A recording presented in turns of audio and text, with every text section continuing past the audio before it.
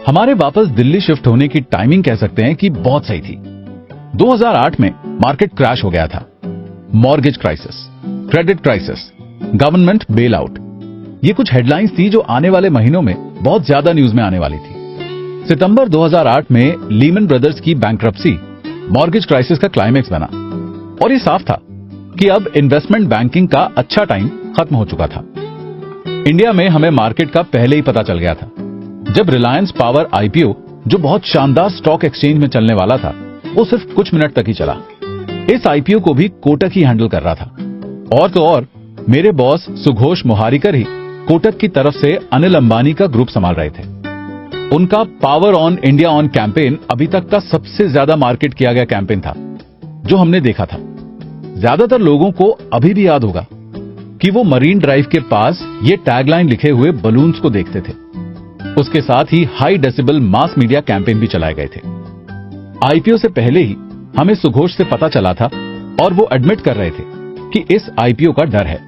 उन्होंने कहा था रिलायंस पावर उस समय पैलाड एस्टेट में एक टेबल और 2 चेयर्स जितनी कंपनी थी। उस रिलायंस आईपीओ को तो सब जानते हैं, जिसने बहुत सारे इन्वेस्टर्स को साफ कर दिया था। और तो और अनिल अंबानी को बोनस इशू करना पड़ा था उन शेयर्स का, जिसमें उसने पार्टिसिपेट नहीं किया था, उन इन्वेस्टर्स के लिए जिन्होंने आईपीओ में लॉसेस किए थे। उसके बाद सब कुछ साफ नजर आ रहा था कि बेयर साइकिल शुरू हो गई है।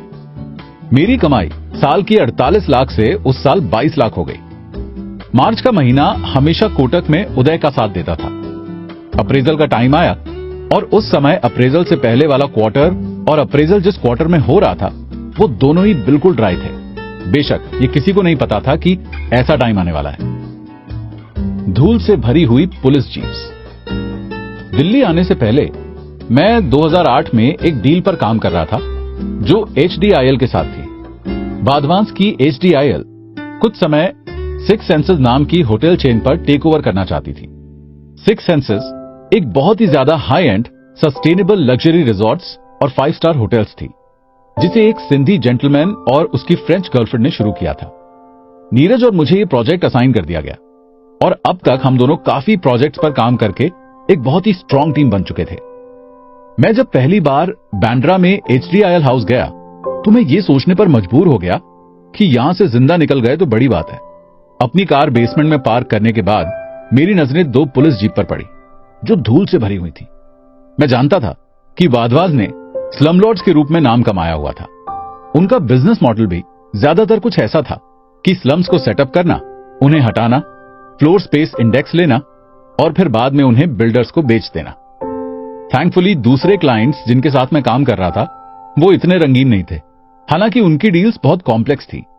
एक ऐसी कॉम्प्लेक्स डील का उन आर्बिट्रेशन से लेना देना था जो इंडियन टेलको एयरसेल के फाउंडर शिवशंकरन और मलेशियन ऑपरेटर मैक्सिस कम्युनिकेशंस के बीच उनकी $1.8 बिलियन की डील को लेकर था। वैसे तो ये डील 2006 में हो गई थी, लेकिन बाद में शिवा ने यह कहा कि मैक्सिस ने टाइम पर पब्लिक ना होकर और एबिडिटा ना बनाकर उन्हें डील पर अर्न आउट लेने से रोक दिया है। उस समय मैक्सिस को एक कैपिटल मार्केट एक्सपर्ट के तौर पर तैयार करने के लिए कोटक को चुना गया था और इस एक्सपोजर ने मुझे टेलीकॉम मार्केट को बहुत अच्छे से समझने का मौका दिया। मैंने एक इंपॉर्टेंट रिपोर्ट भी बनाई थी जिसे मैक्सिस आर्बिट्रेशन में यूज करने वाला था। हालांकि उदय ने उस रिपोर्ट को साइन नहीं किया।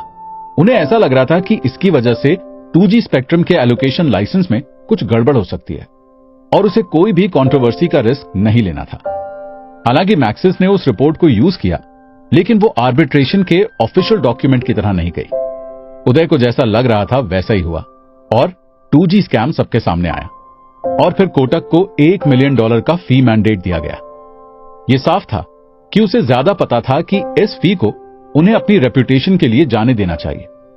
और तो और एक सबसे बड़ी सीख जो मैंने उदय से सीखी वो ये थी कि वो बोला करते थे, हमें किसी भी चीज में इन्वॉल्व होने से पहले उसके नेगेटिव आउटकम्स को अच्छे से समझना चाहिए।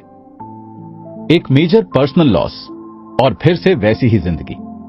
दिल्ली में शिफ्ट होने के बाद भी कुछ डील्स के काम के सिलसिले में मुझे मुंबई जाना पड़ता था।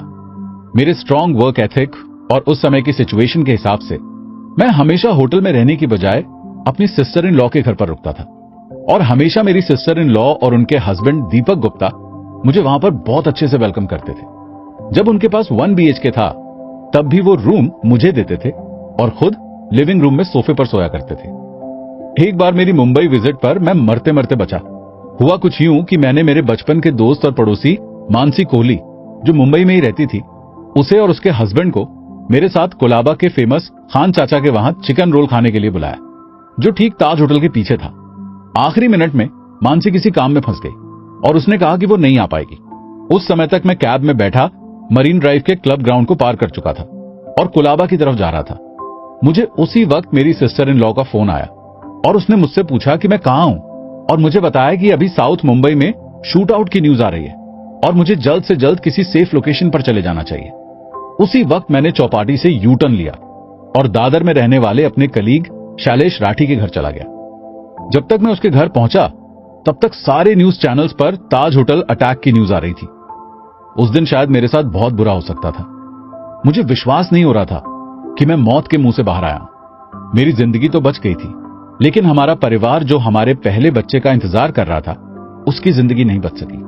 माधुरी की 3 महीने की अल्ट्रासाउंड फीटल असेसमेंट ने रिवील किया कि बच्चे की गर्दन में एक्स्ट्रा ग्रोथ हो रही है और उससे बच्चा डिसेबिलिटी के साथ पैदा हो सकता है। इस न्यूज ने हमारी दुनिया हिला डाली।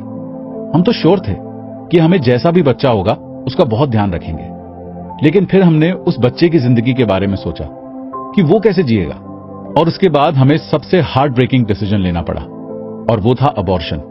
ऐसा लग रहा था कि हमारी दुनिया ही खत्म हो चुकी थी, लेकिन भगवान ने उस बुरे समय में हमारा हाथ पकड़े रखा।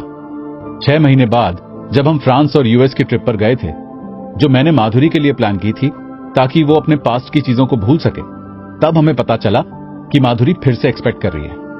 लेकिन हमने इस बार खुद को खुश होने की इजाजत नहीं दी, क्योंकि पहले 3 महीने हमें इंतजार करना था और देखना था कि क्या होता है। पहले अल्ट्रासाउंड के बाद ही हमें राहत की सांस आई।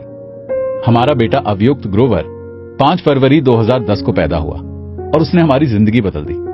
और ये पहली बार था जब ग्रोवर परिवार की 4 जनरेशन, मेरे दादाजी जो उस समय कुछ 96 साल की उम्र के थे, मेरे पिताजी, मैं और मेरा बेटा, हमारे मालवीय नगर वाले घर की छत के नीचे एक साथ थे। जिंदगी फिर से बहुत अच्छी हो चुकी थी।